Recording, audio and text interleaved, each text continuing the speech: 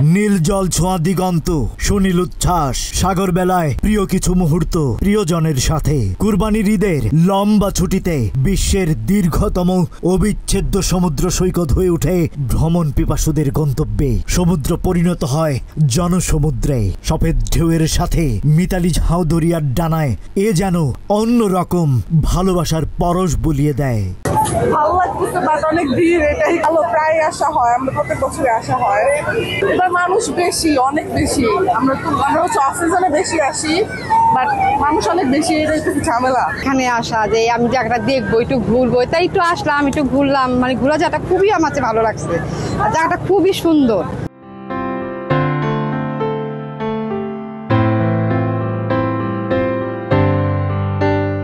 পৃথিবীর সবচেয়ে বৃহৎ সমুদ্র সৈকত, এই জন্য আর প্রতিবার আসতে ভালো লাগে, সেই জন্য পরিবারের সবাই মিলে আসছি ঈদের ছুটিতে। আমার কাছে অনেক ভালো লাগতেছে, আমি কল্পনাও করতে পারি না যে না আসার পরে মানুষ দেখবে।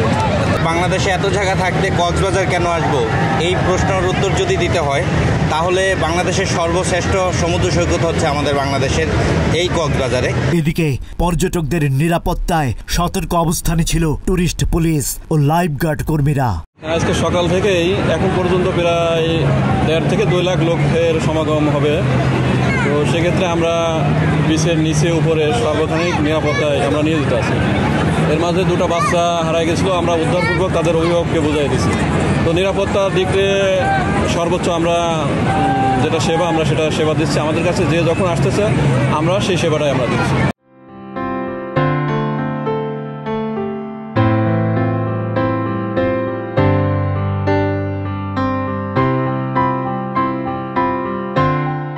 অনেক মজা লাগতেছে, অনেক এনজয় করতেছি, অনেক মানুষের ভিড়ে অনেক ভালো লাগতেছে।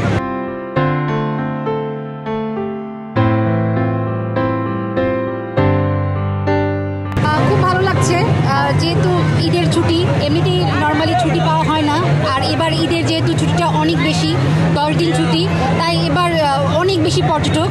তো যেহেতু আমরা প্রকৃতিপ্রেমী, ভ্রমণ পিপাসু, তো সেই ক্ষেত্রে অনেক পর্যটক থাকা সত্ত্বেও খুব ভালো লাগছে।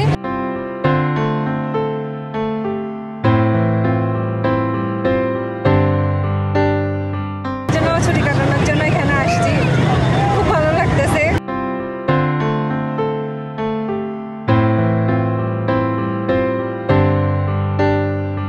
কুরবানি ঈদের ছুটিকে কেন্দ্র করে প্রচুর পরিমাণের পর্যটকের সমাগম হয়েছে এবং এখনও আসতেছে।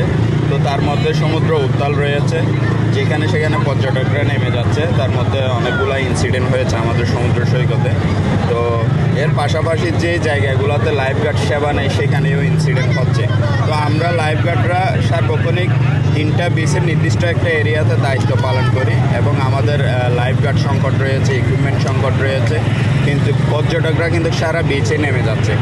লম্বা ছুটিতে পর্যটকদের যে কোনো ধরনের হয়রানি রোধে বিচ ম্যানেজমেন্ট কমিটি ও কক্সবাজার জেলা প্রশাসনের তৎপরতার কথা জানান অতিরিক্ত জেলা ম্যাজিস্ট্রেট। যখনই একটা বড় বন্ধ বা ছুটি থাকে তখনই আমাদের প্রশাসন থেকে বিচ ম্যানেজমেন্ট কমিটির পক্ষ থেকে খুব ভালোভাবে একটা প্রিপারেশন নেওয়া হয়। আমাদের সম্মানিত জেলা প্রশাসক স্যার এবারও ঈদের ছুটি শুরু হওয়ার 3 দিন আগে থেকেই বেশ কিছু নির্দেশনা দিয়েছেন। সেই নির্দেশনা অনুযায়ী আমাদের পুরো টিম কাজ করছে। যেমন আমাদের প্রত্যেকটি পয়েন্টে আমরা একজন করে ম্যাজিস্ট্রেট অ্যাসাইন করেছি। সেই ম্যাজিস্ট্রেট ওই পয়েন্টে আমাদের যারা বিচ কর্মী আছে, তারপরে আমাদের যারা লাইফগার্ড আছে তাদের সাথে সমন্বয় করে পুরো বিষয়গুলো সুপারভিশন করছেন।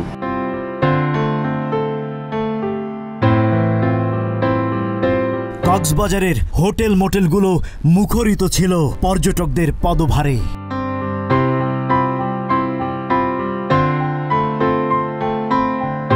ঈদের আগের দিন বা ঈদের দিন আসলে পরের দিনও ওই রকম গেস্ট হয় না সচরাচর।